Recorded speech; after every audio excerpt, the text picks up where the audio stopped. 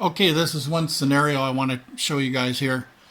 If you notice the orange, white, and yellow piece of paper, that represents the heart of three guys that are armed, and I'm out in the open with a revolver, okay? So I'm going to show you a scenario. Each scenario is going to be different, but I'm going to show you what happens in this one here. So I have a 5-shot revolver, and what I do is I'm going to shoot this guy 2 times, okay? And then I get to cover. Now, just because I shot him, it doesn't mean he's incapacitated, okay? So I have to know that he's incapacitated before I can go to the next guy. So if he's incapacitated, I can choose to stay behind cover and wait for them 2 guys to come to me, or I could engage the next guy.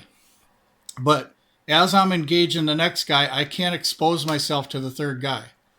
Because if I do that, then he can send fire my way. So I'm going to incapacitate this guy. Okay, got 2 shots. And then let's say that this 3rd guy runs away. Okay, because he's running, now what I could do is get back my cover. I could reload my revolver, and I can stay put here. So I don't have to go chase him, okay? Now, let's do this for law enforcement and a revolver. Let's do the same thing with law enforcement. Okay, so law enforcement might start out something like this. You come up on 3 guys that are armed. 2 shots to this guy. Take cover. Slice the pie.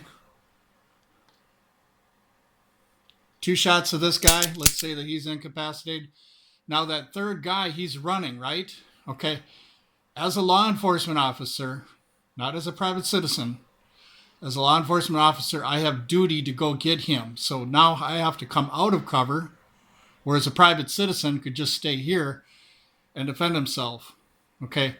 Which means you need less ammo. Okay. I need more ammo now because I'm going to pursue that 3rd guy. So I'm coming out like this while he's running away, and I'm shooting at him, and he's shooting back at me, but I have to go get cuffs on him, which means I have to go to additional gunfights to stop that last threat right there, because I have to bring him in. I have to put cuffs on him.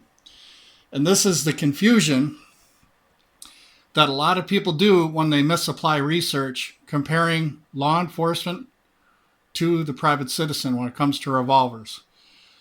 Often what they'll do is they'll use police situations where a law enforcement officer wasn't able to reload his 6-shot revolver fast enough and he got killed behind cover. Okay, this is different because of the fact that a law enforcement officer is going to trouble. These guys right here, he's going to them so he can put on the handcuffs. So even though he had, say, like 1 piece of cover right here, once he engages this 1st guy or this 2nd guy, let's say that he incapacitates them, now he's got to go after this 3rd guy. And when he goes after the 3rd guy, he might find another piece of cover right here. But still, he needs more ammunition because he's still got to bring that guy in. So now he's still like in another gunfight, okay?